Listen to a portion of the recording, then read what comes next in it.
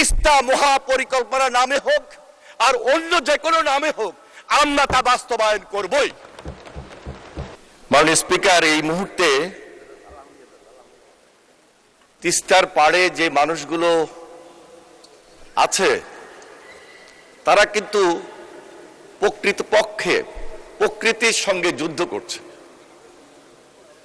শুধু তিস্তার পাড়েই নয়, আপনি পদ্মায় যান, মেঘনায় যান, যমুনায় যান, ব্রহ্মপুত্র সহ সারা বাংলাদেশের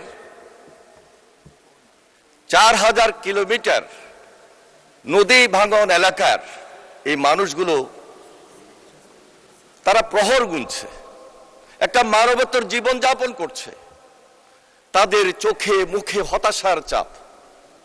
কি তাদের ভবিষ্যৎ, কি হবে কোত্থেকে? এই বাজেট তারা বুঝছে না, এই বাজেট তারা দেখছে না, এই বাজেট তারা জানে না, কিন্তু তারা বাঁচতে চায়।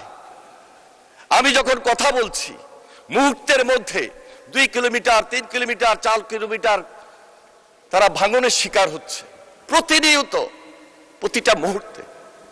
মাননীয় স্পিকার, আমি গত 19 জুলাই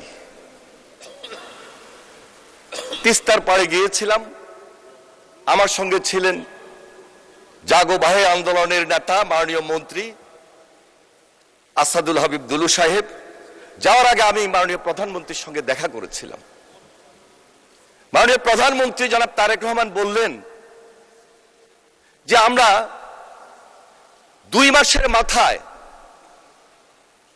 উত্তর পশ্চিমাঞ্চলের মানুষের জন্য, বাংলাদেশের 1 ভাগ মানুষের জন্য, 7 কোটি মানুষের জন্য, 37% মানুষের জন্য পদ্মা ব্যারেজ আমরা বাস্তবায়নের প্রকল্প হাতে নিয়েছি এবং একদিকে সেটা পাশ করিয়েছি মাননীয় স্পিকার।